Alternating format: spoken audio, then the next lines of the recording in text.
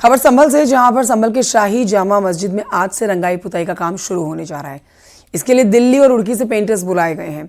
ASI की team ने शनिवार को मस्जिद में साफ सफाई कराई और 13 मार्च को एएसआई ने मेजरमेंट कर आला अधिकारियों को रिपोर्ट दी थी, जिसके बाद रंगाई पुताई का काम अब आज से शुरू किया जाएगा। हाईकोर्ट ने 12 मार्च को जामा मस्जिद के बाहरी हिस्से में रंगाई पुताई और सजावट का आदेश दिया है।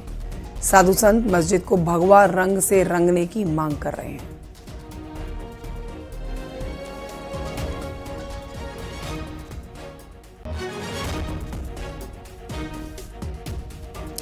तो आज से शुरू होने जा रहा है रंगाई का काम, जिसके लिए पेंटर्स जो पहुंचे हैं यहाँ, वो दिल्ली से और रुड़की से पहुंचे हैं। एएसआई अपनी निगरानी में ये काम कराएगा। 1 हफ्ते का समय रंगाई पुताई शुरू होने के बाद, जिसमें इस काम को पूरा करना होगा।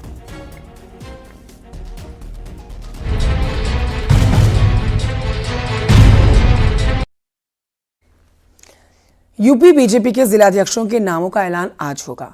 12 से ज्यादा जिलों को होल्ड किया गया है। संगठन में असमंजस की वजह से फैसला 70 से 73 नामों का हो सकता है ऐलान। अयोध्या, लखीमपुर खीरी, सीतापुर, झांसी, बाराबंकी समेत कई जिले, 1 दर्जन से ज्यादा जिले जो हैं वो होल्ड किए गए हैं।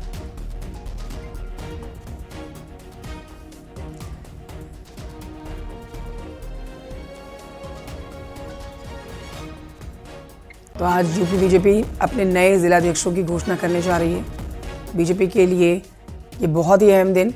बीजेपी जिला कार्यालयों पर दोपहर 2 बजे का समय है जब जिलाध्यक्षों की सूची को जारी करेगी। बीजेपी जिला मुख्यालयों पर निर्वाचन अधिकारी जिलाध्यक्षों के नामों का ऐलान करेंगे। दोपहर 2 बजे जिला निर्वाचन अधिकारियों को व्हाट्सएप पर जिलाध्यक्ष के नाम आएंगे, जिनकी घोषणा की जाएगी। इसीलिए आज का दिन है बेहद अहम। दोपहर 2 बजे का समय है जब जिलाध्यक्षों की सूची जारी की जाएगी। संकेत मिश्रा हमारे साथ और जानकारी के साथ मौजूद हैं। संकेत मिश्रा, दोपहर 2 बजे जिलाध्यक्षों की सूची को जारी किया जाना है। उससे पहले क्या हलचल और किस तरह की तैयारियां आज पूरी कर ली हैं? क्योंकि ये भी दावा किया जा रहा है कि बीजेपी का जो ये नई टीम का आज ऐलान होने वाला है, उसमें कई नई चेहरे और कई नए नाम शामिल हो सकते हैं। इस पर संपूर्ण जानकारी दें। बिल्कुल, जाहिर सी बात है, भारतीय जनता पार्टी के जिलाध्यक्षों की जो बहुप्रतीक्षित सूची थी, जिसका पूरे प्रदेश के भारतीय जनता पार्टी के कार्यकर्ता इंतजार कर रहे थे, वो सूची आज 2 बजे जारी हो जाएगी। और इसके लिए भारतीय जनता पार्टी ने नया प्रयोग किया है। जिला स्तर पर जिला निर्वाचन अधिकारी खुद जाएंगे। जिला मुख्यालयों पर बाकायदा एक कार्यक्रम होगा और कार्यक्रम के बाद प्रदेश कार्यालय से सूचना दी जाएगी कि किस जिले में किस जिलाध्यक्ष का नाम तय किया गया है। ऐसी सूचना जिला निर्वाचन अधिकारी उस जिले में देंगे और उसमें जो कार्यक्रम होगा उसमें जिले के सभी वरिष्ठ पदाधिकारी और जिन्होंने जिलाध्यक्ष के लिए नामांकन किया था, वो सभी लोग वहां पर मौजूद रहेंगे। यानी कि एक बड़ी प्रक्रिया के तहत आज जिलाध्यक्षों के नामों का ऐलान 2 बजे किया जाएगा। और जिस तरीके से जिलाध्यक्षों का निर्वाचन प्रक्रिया की गई और उसके बाद जो निर्वाचन प्रक्रिया के प्रदेश के इंचार्ज हैं महेंद्र नाथ पांडे ने अपने अंदाज में ही पूरी तैयारी की। जो इनका चिरपरिचित अंदाज है कि उन्होंने 2 महीने के भीतर ये जिलाध्यक्षों के चयन की प्रक्रिया पूरी की और उसके बाद आज जो जिलाध्यक्षों के निर्वाचन प्रक्रिया पूरी होने के बाद आज उनके ऐलान का दिन है। और आज पूरे भारतीय जनता पार्टी के जो कार्यकर्ता हैं, उनकी नजर इस सूची पर है कि आखिर कौन जिलाध्यक्ष उनके जिले में बनेगा और इसका ऐलान आज 2 बजे कर दिया जाएगा। जिला जो पर्यवेक्षक बनाए गए हैं और दूसरे जिलों के जो जिला निर्वाचन अधिकारी अलग अलग जिलों में तैनात किए गए हैं, वो अपने जिलों में आज पहुंच जाएंगे 11 बजे तक और उसके बाद वो कार्यक्रम के माध्यम से जिलाध्यक्षों के नामों का ऐलान करेंगे। और जाहिर सी बात है कि 73 जिले घोषित किए जा सकते हैं। ऐसा सूत्रों से जानकारी मिली है कि 73 जिलों की जो सूची है फाइनल हो गई है और वहीं 12 से ज्यादा जिले ऐसे हैं जिनको होल्ड कर दिया गया है। इसमें भी वजह यह है कि दरअसल जब जिलाध्यक्षों की निर्वाचन प्रक्रिया हुई उस दौरान सूची काफी लंबे समय तक सूची के लिए इंतजार करना पड़ा। असमंजस की स्थिति पार्टी में उत्तर प्रदेश में नजर आई। खासकर जो जिला प्रदेश निर्वाचन अधिकारी हैं उन्होंने सूची को जो तैयार किया और सूची को केंद्रीय नेतृत्व, चूंकि केंद्रीय नेतृत्व की मंशा है कि सूची पूरी तरीके से पारदर्शी हो और सभी का समन्वय हो, जो निर्वाचन अधिकारी, पर्यवेक्षक और जो नाम लेकर आए हैं प्रदेश में जो विधायकों की राय से, संसद की राय से, वो नाम जारी होने चाहिए। तो ऐसे में अब 12 से ज्यादा जिले होल्ड कर दिए गए हैं। तो अब इसके बाद प्रदेश अध्यक्ष की निर्वाचन प्रक्रिया होगी, लेकिन इतना तय है कि आज जो जिलाध्यक्षों के नामों का ऐलान होना है वो 70 से 73 नाम है जिनके नामों का ऐलान कर दिया जाएगा और 12 से ज्यादा जिले होल्ड कर दिए गए हैं। ठीक है, बहुत शुक्रिया आपका जानकारी के लिए संकेत मिश्रा।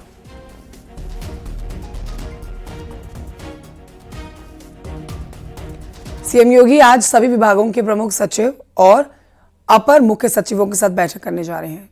शाम 7 बजे सीएम आवास पर यह बैठक की जानी है। इस पर आपको जानकारी दे देते हैं कि आज एक तरफ अध्यक्षों के नामों की घोषणा की जानी है और उसी के बाद शाम 7 बजे सीएम आवास पर यह बैठक की जानी है। सचिव, मुख्य सचिव इस बैठक में मौजूद रहेंगे। तमाम बड़े अधिकारी इस बैठक का हिस्सा होंगे।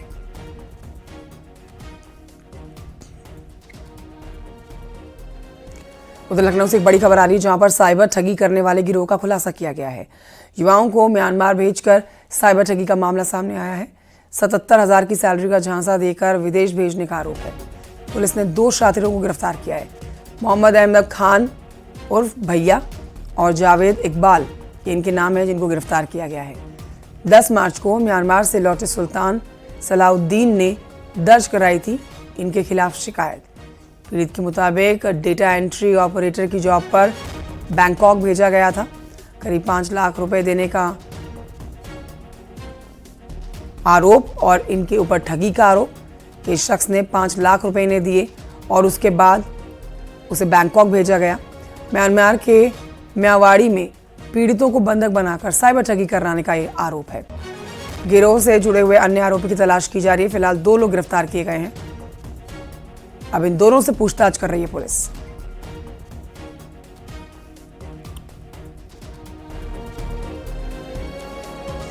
बढ़ते हैं आगे, आपको बताते हैं भारतीय क्रिकेटर मोहम्मद शमी लगातार इस्लामी कट्टरपंथियों के निशाने पर हैं और इस बार कट्टरपंथियों ने उनकी बेटी को भी अपना निशाना बनाया है। मोहम्मद शमी की बेटी के होली खेलने को लेकर कट्टरपंथी भड़क गए हैं। रमजान, इस्लाम, इल्म जैसे ज्ञान दे रहे हैं मोहम्मद शमी को। शमी की बेटी से जुमे की नमाज का समय पूछा जा रहा है। उनकी परवरिश पर प्रश्न उठाए जा रहे हैं। इस्लामी कट्टरपंथियों का ये गुस्सा मोहम्मद शमी की पूर्व पत्नी हसीन जहां की एक पोस्ट पर निकला है। हसीन जहां ने शुक्रवार को अपनी बेटी की एक फोटो अपने इंस्टाग्राम अकाउंट पर साझा की थी, जिसमें शमी की बेटी होली का रंग खेल रही है। मोहम्मद शमी की बेटी के होली खेलने पर बरेली से मौलाना शहाबुद्दीन रिजवी बरेलवी ने सवाल खड़े किए हैं। मौलाना ने कहा है कि मोहम्मद शमी का परिवार शरीयत के घेरे में है। क्रिकेटर मोहम्मद शमी को अपने परिवार और बच्चों पर ध्यान देने की नसीहत दी गई है।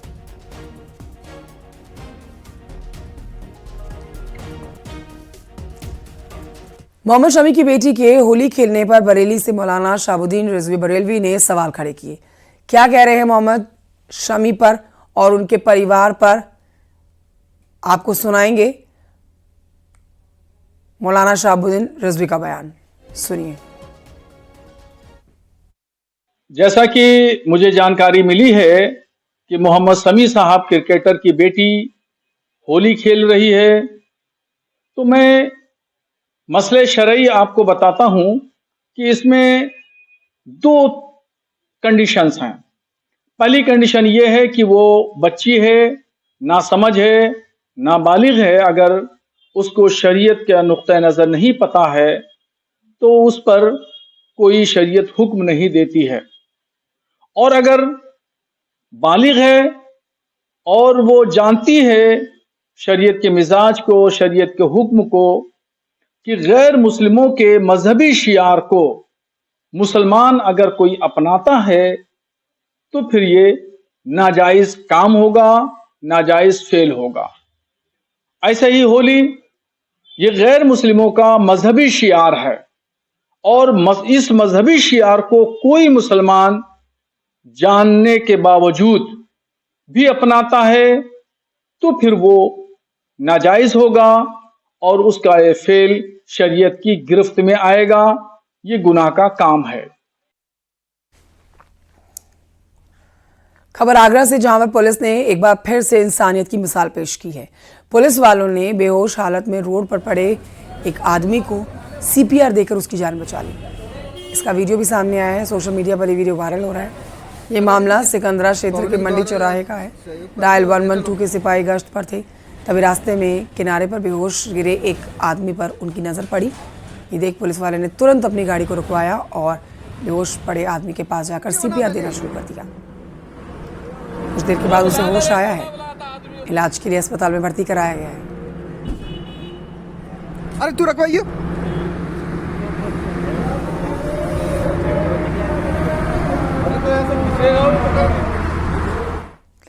इस समय एक बड़ी खबर आ रही है। LOC के पास में POK में पाकिस्तान के 4 बड़े आतंकी ट्रेनिंग कैंप बनाए हैं, जो कि आतंकवादियों के लॉन्च पैड की तरह काम कर रहे हैं। तस्वीरें भी आपको दिखा रहे हैं वहां से आई हुई। पाकिस्तान ने इन्हें मुजाहिद नाम दिया है। 10 आतंकी लिपा सेंटर में ट्रेनिंग ले रहे हैं और वहीं 8 आतंकी मुजफ्फराबाद के ट्रेनिंग कैंप में हैं। पुंछ में लगने वाले बॉर्डर इलाके में आतंकी लॉन्च पैड है, जिसके एक कैंप में 12 जबकि दूसरे कैंप में 16 आतंकवादियों को ट्रेनिंग दी जा रही है। इन लॉन्चिंग पैड का कमांडर सैफुल्लाह खालिद बटूर को बनाया गया है। इन सभी आतंकवादियों को भारत के उरी सेक्टर में घुसपैठ की प्लानिंग के तहत ट्रेनिंग दी जा रही है।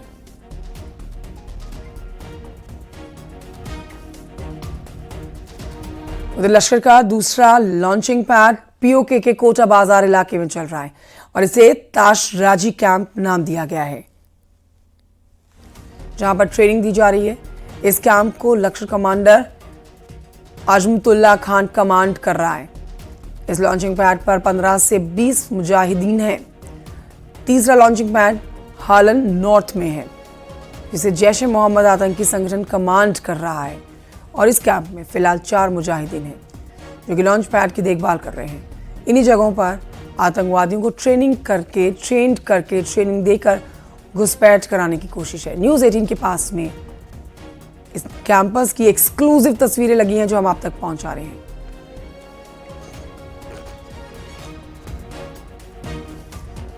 जम्मू कश्मीर के रियासी आतंकी हमले का मास्टरमाइंड ढेर कर दिया गया है। ये बड़ी जानकारी आपको दे रहे हैं। पाकिस्तान में लश्कर आतंकी अबू कताल की हत्या कर दी गई है। आतंकी हाफिज सईद का बेहद करीबी था अबू कताल। 9 जून को जम्मू कश्मीर के रियासी में बस पर जो आतंकी हमला हुआ था, NIA का ये वांटेड आतंकी था अबू कताल।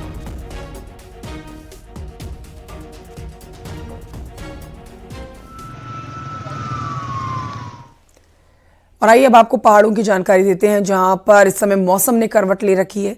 जम्मू कश्मीर से लेकर उत्तराखंड के पहाड़ों पर बर्फबारी हो रही है। बर्फबारी होने से एक बार फिर से ठंड में इजाफा हो गया है।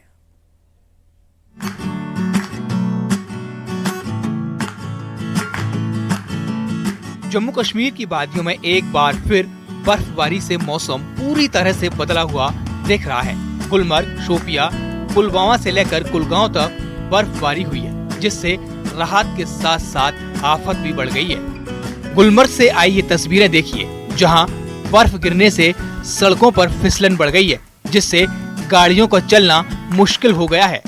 हुसैन हुरा इस वक्त में गुलमर्ग रोड पे हूँ और बर्फबारी हो रही है और बर्फबारी की वजह से फिसलन हो गया है, जिसकी वजह से ट्रैफिक जाम हो गया है। ये देखिए आप गुलमर्ग हाईवे, और क्योंकि सुबह सवेरे से मौसम ठीक था और फिर अचानक बर्फबारी हो रही है और इस वजह से अब फिसलन हो रहा है ट्रैफिक जाम की वजह से।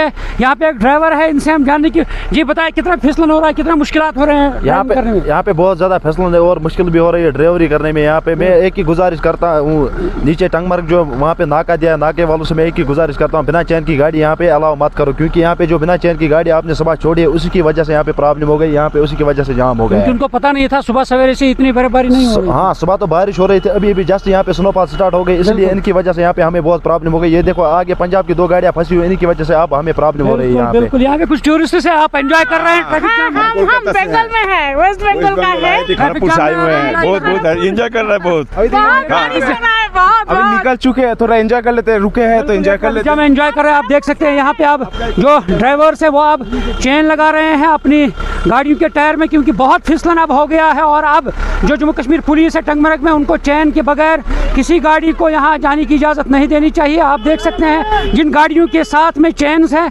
अब वो रास्ते में ही लगा रहे हैं और अब यही कोशिश की जा रही है कि ये ट्रैफिक जाम ना लगे, क्योंकि अब बहुत ट्रैफिक जाम हो चुका है। अब कुलगांव का हाल देखिए, घरों के बाहर बर्फ की मोटी मोटी चादर बिछी हुई है, हर तरफ बर्फ डेरा जमाए हुए है। कुपवाड़ा के ऊपरी इलाकों में बारिश और बर्फबारी की वजह से हालात मुश्किल में हो गए हैं। कई इलाकों का संपर्क आपस में कट गया है। मौसम खराब होने की वजह से एडवाइजरी जारी की गई है। कई इलाकों में अभी भी एवलांच का खतरा बना हुआ है। पुलवामा में भी हिम वर्षा देखने को मिल रही है। मौसम विभाग के मुताबिक अगले 2 दिनों में ऊंचाई वाले इलाकों में बारिश और बर्फबारी हो सकती है।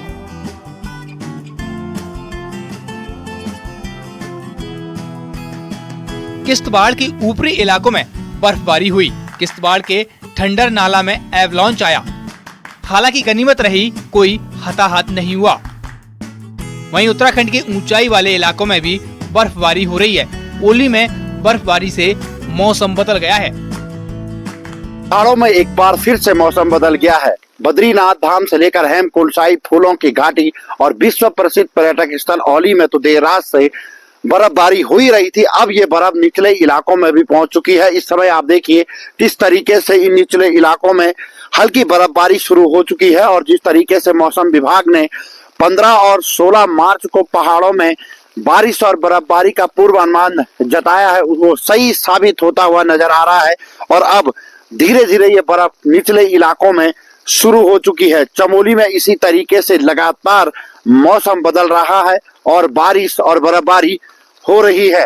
हालांकि निचले इलाकों में जो बारिश हो रही है उससे कहीं ना कहीं किसानों को राहत जरूर है, लेकिन ऊंचाई वाले इलाकों में हो रही बर्फबारी से लोगों की मुश्किलें भी बढ़ रही हैं। यमुनोत्री धाम में रात से जमकर बर्फबारी हो रही है और पूरा धाम बर्फ से ढका हुआ है। इसके अलावा गंगोत्री धाम, हरसिल, मुखबा में भी बर्फबारी हो रही है। उत्तराखंड में मौसम विभाग ने 2 दिन तक बारिश और बर्फबारी का अलर्ट जारी किया है। खास तौर पर 3500 मीटर से जो ऊपर के इलाके हैं वहां पर बर्फबारी का अलर्ट दिया गया है। मैदानी जिलों में जहां हल्की से मध्यम बारिश के लिए कहा गया है, वहीं पहाड़ों में तेज बारिश कई जगह पर देखने को मिल सकती है अगले 24 घंटे के अंदर। खास तौर पर चमोली, उत्तरकाशी, रुद्रप्रयाग के इलाकों के लिए मौसम विज्ञान केंद्र की तरफ से अब भी अलर्ट दिया गया है। चमोली, अल्मोड़ा, नैनीताल, बागेश्वर सहित प्रदेश के कई इलाकों में जमकर बारिश हुई है। इसके साथ ही बद्रीनाथ धाम, हेमकुंड साहिब, फूलों की घाटी में बर्फबारी हो रही है। Bureau report, news 18।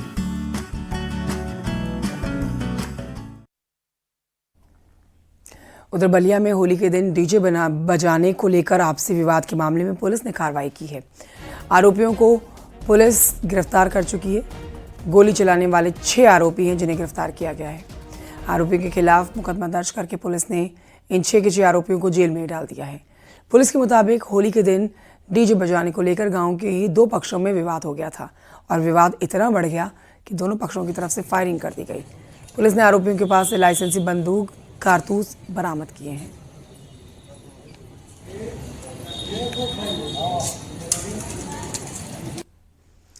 बलिया की बात खबर अलीगढ़ से, जहां पर तमंचे के बल पर कोल्ड ड्रिंक गोदाम में 1.5 लाख रुपए की लूट की घटना को अंजाम दिया गया। लूट का सीसीटीवी फुटेज भी सामने आया है और थाना बन्ना देवी इलाके के नई बस्ती सीमा फाटक के पास तमंचे और चाकू के बल पर 3 बदमाशों को सीसीटीवी कैमरे में देखा गया है। कोल्ड ड्रिंक गोदाम है ये, जहां पर पहुंचे ये तीनों बदमाश 1.5 लाख रुपए की नकदी लूट कर फरार हो जाते हैं। इस घटना को अंजाम दिया, लेकिन ऊपर सीसीटीवी कैमरे में तस्वीरें कैद हो गई। घटना की सूचना पर पुलिस ने मामला दर्ज करके अब जांच शुरू कर दी है। तो कितने पैसे होंगे आपके? बता नहीं सकते हम। फिर भी एक आइडिया। 1,80,000 हो, तक गिनती तो नहीं होते, दुकानदारी करें तो चाकू दिखाया था आपको और दूसरे ने दिखाया, मैं तो इधर ही था ना। तो आपने पुलिस को सूचना कर दी है? हाँ, सूचना कर दी।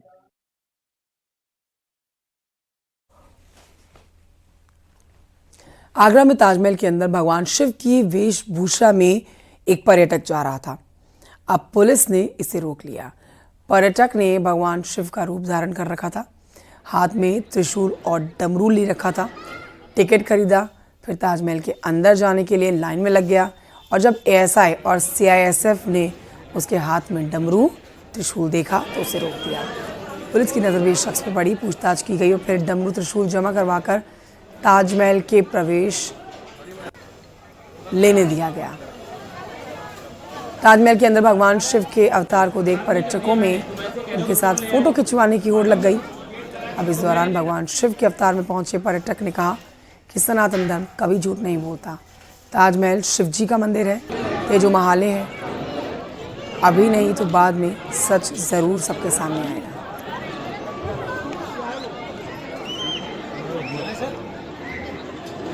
देखिए, ऐसा है, सनातनी कभी भी झूठा दावा नहीं करती है। जहाँ संदेह रहता है वहीं दावा करती है, और जहाँ संदेह रहता है वहाँ सच रहता है, और यह सत्य है, और यह हमारे भारतवासियों के सामने कभी न कभी अवश्य आएगा, क्योंकि सत्य कभी छिपता नहीं है। सत्य को आरंभ से ही दबाता आ रहा है, और यह एक न एक दिन सबके सामने उजागर होगा और अवश्य होगा।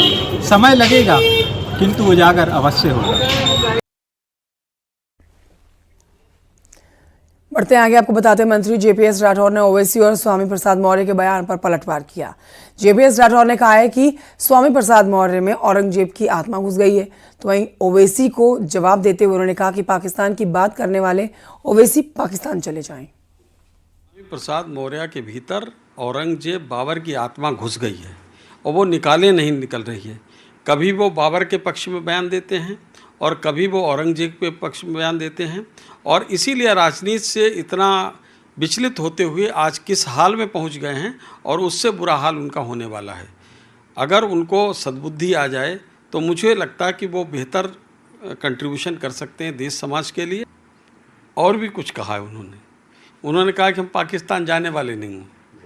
हम ये कहना चाहते हैं कि हम उनको चाहते भी नहीं कि वो पाकिस्तान जाएं, वो सब लोग यहीं रहें, लेकिन वो कम से कम पाकिस्तान की भाषा ना बोलें। जब वो पाकिस्तान की भाषा बोलते हैं तो ख़राब लगता है। जो वहाँ के हुक्मरान, वहाँ के लोग जो बोलते हैं, जो दहशतगर्दों की भाषा बोलते हैं, जब आतंकवादियों की भाषा बोलते हैं तो ख़राब लगता है। अगर जिस दिन वो पाकिस्तान की भाषा बोलना बंद कर देंगे, निश्चित रूप से उनको यहाँ के भारत की जनता उनको सरांखों पर उठा लेगी। खबर चंदौली से है, जहां पर पुलिस ने शराब तस्करों के खिलाफ बड़ी कार्रवाई की है। संयुक्त टीम की कार्रवाई में 65 लाख रुपए की शराब के साथ एक तस्कर गिरफ्तार किया गया है। शराब की खेप पंजाब से बिहार लेकर जाई जा रही थी और पुलिस ने इनपुट के आधार पर सिंगी ताली हाईवे के पास में कार्रवाई करते हुए अवैध शराब को बरामद किया। पुलिस ने गिरफ्तार कर लिया है तस्कर और तस्करी में इस्तेमाल वाहन, इनके खिलाफ केस दर्ज करके जांच शुरू कर दी गई है।